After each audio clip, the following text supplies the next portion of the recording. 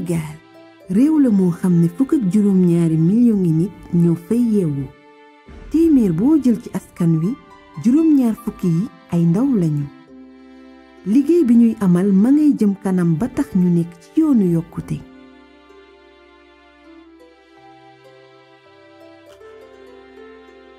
Expo Dubaï 2020 xew-xew bu mag la buy wane ubbeeku ci yokkute nit ñi te it yombalal na jëflante ci diggante réew yi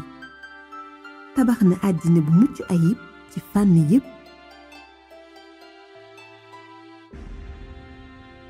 ci Expo Dubaï 2020 bi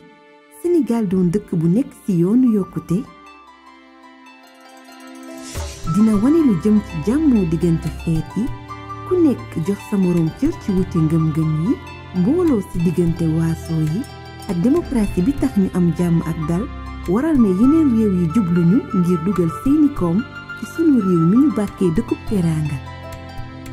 dinañu wone yokkute liggéey bi ci wàllu demlente beeg dikkalente bi ci nit ñi wàll ba ci lépp lu ñuy jëfandikoo ci suuf si ci géej gi ak ci jaww ji waaye itam dooleel nañu wàll wi ci mel ni mën-mën gëstu njàng mi wér-gi-yaram mbay mi napp gi ak njaay mi Sénégal di réew mu doon jublukaay ci yeneen réew yi taamu tourisme ndax li ñu am ci géej yaatu na lool te it climat gi féex na yemuñu foofu ndaw yaa ngi yëngatu ci wàllum xëy ak ci tàggat yaram yi gën a fës lu ci mel ni làmb ji football bi ak basket bi waaye itam caada yu bees lépp doon xarale yoo xam ne day jàppandil ay ubbeeku ci wàllu jëflante yi koom ak yeneeni réew pavillon Sénégal ca Expo Dubaï 2020 ma ngay fësal yoonu yokkute ci suñum réew te it pavillon bi yomb naa ràññee ci képp kuy ñëw ci xew-xew ba